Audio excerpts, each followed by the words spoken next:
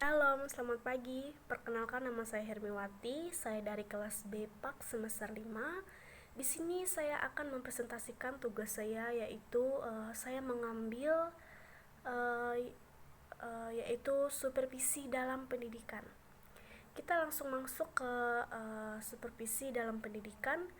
Menjadi sangat penting dilaksanakan karena berpengaruh terhadap kinerja guru, termasuk guru yang berimbas pada hasil pembelajaran. Oleh karena itu, agar pelaksanaan supervisi tersebut berjalan dengan baik, maka perlu diketahui terlebih dahulu uh, tentang apa dan bagaimana yang dimaksud dengan supervisi akademik. Selanjutnya yaitu supervisi adalah aktivitas dan kegiatan pembinaan yang dilakukan oleh seorang profesional untuk membantu guru dan tenaga pendidikan lainnya dalam memperbaiki bahan, metode, dan evaluasi pengajaran dengan melakukan stimulasi, koordinasi, dan bimbingan secara kontinu agar guru menjadi lebih profesional dan meningkatkan pencapaian tujuan sekolah. Selanjutnya, pengertian supervisi pendidikan adalah pembinaan yang berupa bimbingan atau tuntutan ke arah perbaikan situasi pendidikan pada umumnya dan peningkatan mutu mengajar dan belajar pada khususnya. Kita masuk ke bagian B, yaitu pengertian supervisi menurut para ahli. Menurut Rosell, supervisi adalah pelayanan kepada guru-guru yang bertujuan menghasilkan perbaikan pengajaran, pembelajaran, dan kurikulum.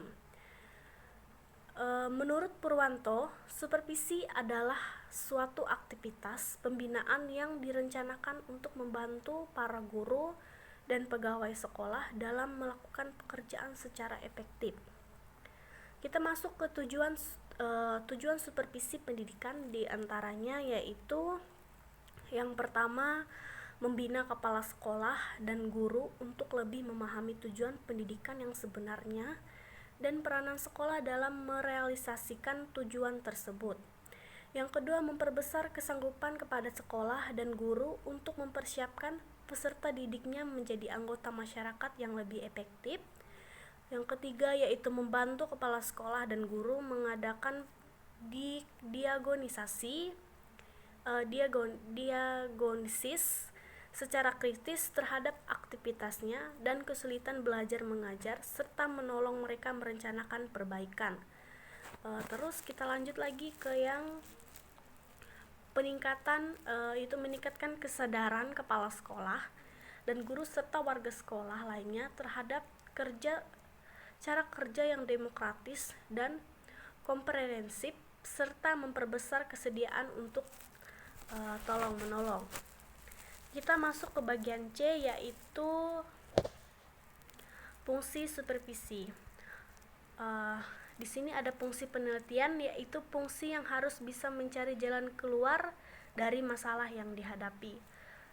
Kita langsung masuk ke ini lagi, yaitu penilaian, fungsi penilaian.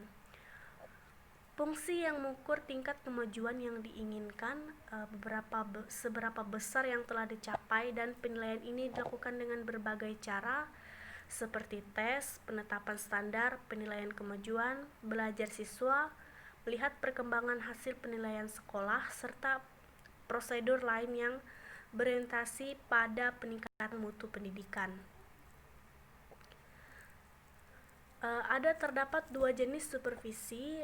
Di sini saya hanya menyebutkan dua jenis supervisi karena ada beberapa lagi.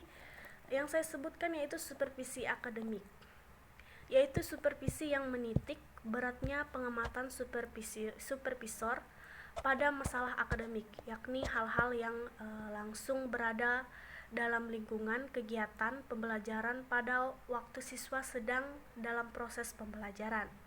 Terus supervisi administrasi, yaitu supervisi yang menitik beratkan pengamatan supervisor pada aspek administrasi yang berfungsi sebagai pendukung dengan pelancar terlaksananya pembelajaran. Ada beberapa jenis supervisi pendidikan, di antara lainnya itu supervisi konvensional, supervisi artistik, supervisi ilmiah, supervisi klinis. Kita masuk ke bagian D, yaitu ada 4 prinsip dalam supervisi, diantaranya yaitu prinsip ilmiah, prinsip demokratis, prinsip komparatif, prinsip konstruktif, dan kreatif.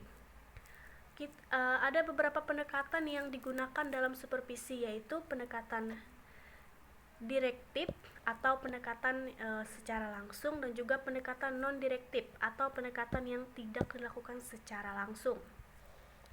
Nah, jadi kesimpulannya, supervisi merupakan kegiatan pengawasan tetapi sifatnya lebih human atau manusiawi. Kegiatan supervisi bukan mencari-cari kesalahan tetapi lebih banyak mengandung unsur pembinaan atau kondisi pekerjaan yang sedang disupervisi bisa diketahui kekurangannya untuk bisa diberitahu bagian yang perlu diperbaiki. Nah, sekian dari presentasi saya. Saya ucapkan terima kasih, shalom, dan selamat pagi. Tuhan Yesus memberkati.